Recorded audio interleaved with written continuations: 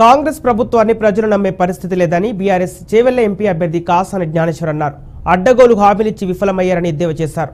ఎన్నికల ప్రచారంలో భాగంగా వికారాబాద్ జిల్లా కుల్కచెర్లలో కార్యకర్తలు ప్రజలతో మీటింగ్ నిర్వహించారు. కాంగ్రెస్ హామీలు నమ్మి మరోసారి మోసపోదని కాసాని హితవు పలికారు. మే 13న జరిగే ఎన్నికల్లో కారు గుర్తుపై ఓటు వేసి బీఆర్ఎస్ ను గెలిపించాలని అభ్యర్థించారు.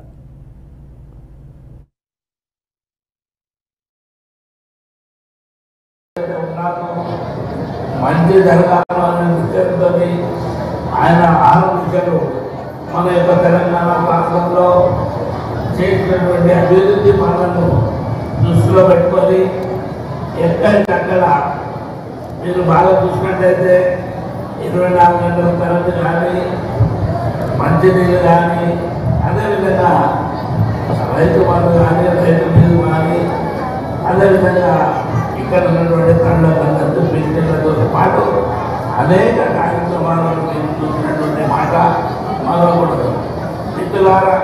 మరి తెలంగాణ ప్రభుత్వం ఈ రోజైతే 6 నిమిషాలు కష్టపడుతూ చంద్రశేఖర్ ద్వారా ఆయన యొక్క పనుల వల్ల మన ఊళ్ళన్నీ సుభిక్షంగా ఉండేది, పంటలు కానీ అదేవిధంగా పండే విధంగా అన్ని కార్యక్రమాలు చేసినటువంటి వ్యక్తి మన మరొకడు.